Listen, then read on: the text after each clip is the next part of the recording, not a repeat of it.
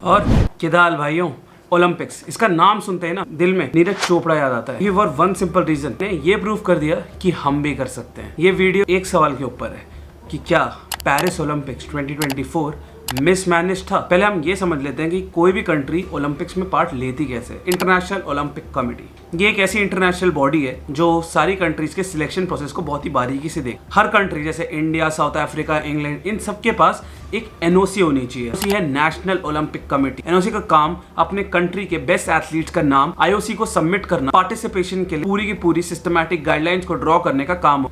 इन सब के बीच एक और फेडरेशन आती है known as the international federation.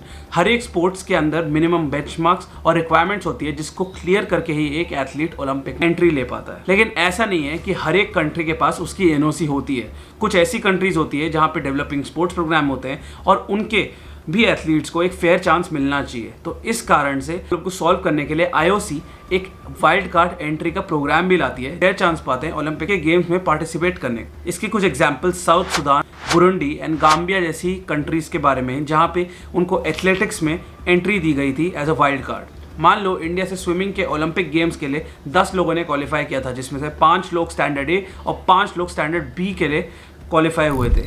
लेकिन मिनिमम बेंचमार्क ये कहता है कि अगर स्टैंडर्ड ए में एक भी बंदा है तो स्टैंडर्ड बी के स्विमर्स को अलाउ नहीं किया जाएगा ओलंपिक गेम्स में पार्टिसिपेट करने के लिए।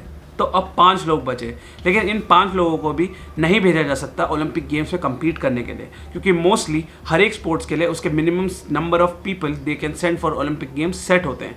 मोस्टली स्विमिंग के लिए 2 होते हैं, तो इन 5 में से अब 2 को सिलेक्ट किया जाएगा। लेकिन ये 2 को सिलेक्ट करने का प्रोसेस भी उनके प्रीवियस परफॉर्मेंस, उनके करंट फॉर्म और उनकी कंसिस्टेंसी पे मैटर करता है। तो अब जब ये सिलेक्शन प्रोसेस कंप्लीट हो जाता है तो एनओसी इन एथलीट्स का नाम आईओसी को सबमिट कर। इन्फॉर्मेशन से हम ये गैदर करते हैं कि हर एक कंट्री अपने टॉप स्पोर्ट्स पर्सन को ओलंपिक गेम्स में पार्टिसिपेट करने के लिए भेजती है। They have a very huge responsibilities on their shoulder to represent our nation. तो हमारे एथलीट्स बहुत मेहनत करते हैं ओलंपिक गेम्स में पार्टिसिपेट करने के लिए। क्या पेरिस के 2024 ओलंपिक्स बेसिक फैसिलिटीज, नेसेसिटीज जैसे bed, air conditioning, food, water जैसी बेसिक नेसेसिटीज प्रोवाइड करने में फॉल्टर कर गई? क्यों है कि एक कंट्री के पास प्रिपरेशन के लिए 7 साल होने के बाद भी वो बेसिक नेसेसिटीज प्रोवाइड करने में फॉल्टर कर गई? हम ये समझ लेते हैं कि कोई भी कंट्री इस सिलेक्शन प्रोसेस के थ्रू जाती कैसे। हर एक कंट्री जो भी ओलंपिक गेम्स को होस्ट करना चाहती है वो अपनी बिड्स आईओसी को सबमिट करती है। उन बिड्स में वो ये बताते हैं कि कैसे वो ओलंपिक गेम्स को ऑर्गेनाइज करने वाले होंगे, कैसे ओलंपिक विलेज बनाया जाएगा, कैसे और कहाँ पे कितना टाइम लगेगा और कितना खर्चा होगा पूरी चीज को ऑर्गेनाइज करने के लिए। फिर आईओसी देखती है कि कितना क्रेडिबल है उनकी बिड, और आईओसी के एक्टिव मेंबर्स एक वोट कास्ट करते हैं for a particular city to host the Olympics. And after severe discussions एक कंट्री जो वोट सबसे ज़्यादा हासिल करती है वो ओलंपिक्स होस्ट करती है। और ये सारा डिसीजन 7 साल पहले ही ले लिया जाता है, जहाँ पे accommodation, dining, medicinal, post creational activity, services and security provide की जाती है to all the athletes over the world. लेकिन इस बार ओलंपिक्स में हमने देखा कि कुछ ना कुछ दिक्कत आई है। जैसे मिरर वर्ल्ड यूके के ट्विटर हैंडल पे उन्होंने पोस्ट करके बताया कि वहाँ के ओलंपिक विलेज के बेड्स कार्डबोर्ड के बने थे और वहाँ का खाना बिल्कुल टेस्टलेस था। इस बार पेरिस ओलंपिक्स में टोक्यो की तरह इनिशिएटिव लिया गया था कि यहाँ पे इको फ्रेंडली कार्डबोर्ड बेड्स बनाए जाएंगे।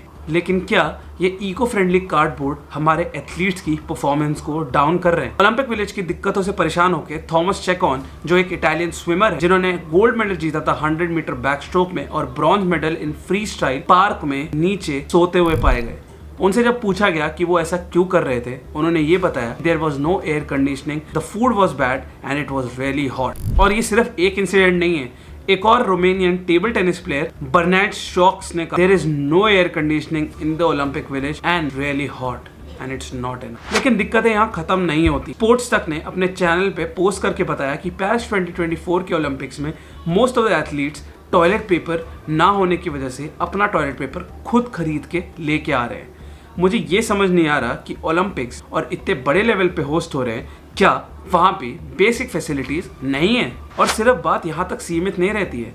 हमारे एथलीट्स और दूसरे देश के एथलीट्स ओलंपिक विलेज छोड़ के अपनी अकोमोडेशन खुद फाइंड कर रहे हैं। ये एक इंसिडेंट नहीं है, बहुत सारे एथलीट्स इसी चीज़ के बारे में कंप्लेन कर रहे हैं कि Olympic village basic facilities provide करने में फॉल्टर कर गई। और ऐसा नहीं है कि ये पहली बार ही हो रहा है ओलंपिक गेम्स में। रियो डी जेनेरियो में 2016 में जो ओलंपिक गेम्स होस्ट किए गए थे वहां पे भी सेम चीज पाई गई थी। Post wiring, poor living condition. Sochi के गेम्स में भी सेम ही चीज पाई गई। ओलंपिक गेम्स एक रिपीटिंग पैटर्न पे फॉलो कर रही है जहां पे ओलंपिक विलेज में बेसिक नेसेसिटीज प्रोवाइड ढंग से नहीं की जा रही है। क्या हमारे एथलीट्स अपनी टॉप परफॉर्मेंस पे परफॉर्म कर पाएंगे? ये पैटर्न रिपीटिंग होने के कारण से मैंने एक एनालिसिस किया था जहां पे मुझे ये पता चला एक एथलीट ढंग से रेस्ट नहीं करता है और उसको अप्रोप्रिएट न्यूट्रिशन नहीं मिलता है तो उस एथलीट की उस पर्टिकुलर परफॉर्मेंस में 5 से 10% का डिक्रीज आता है। ओलंपिक्स की ऑडेसिटी इतनी है कि अगर कोई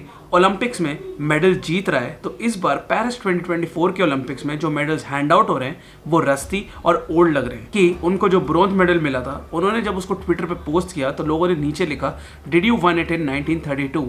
Olympics as an international event बहुत बड़ा इवेंट है और उसको होस्ट करने के लिए बहुत सारी चीज़ें फैक्टर इन करनी पड़ती है। लेकिन मैं ये भी नहीं मान सकता कि it's the bloody Olympics and you can not host it properly. इतना टाइम होने के बाद भी अगर हम फॉल्टर कर रहे हैं अपने एथलीट्स को बेसिक चीज़ें प्रोवाइड करने में तो मुझे लगता है कि कहीं तो दिक्कत है। ओलंपिक विलेज में ऐसी फैसिलिटीज़ ना होने के कारण people tend to leave the Olympic village and find their own accommodation. इससे एक और दिक्कत आती है, वो है सिक्योरिटी की। क्या हमारे ओलंपिक विलेज से बाहर निकलने के बाद हमारे एथलीट्स सिक्योर है? क्या कोई भी एथलीट सिक्योर है? क्या ओलंपिक ऑर्गेनाइजर्स ने अपनी रिस्पॉन्सिबिलिटी सही से निभाई? बहुत बड़े क्वेश्चन मार्क पे है। मुझे लगता है कि हमें ये सारी चीज़ों को ध्यान में रखना बहुत ज़रूरी है। Analysis for the Paris 2024 Olympics, और मुझे लगता है कि यहाँ पे गलती तो है।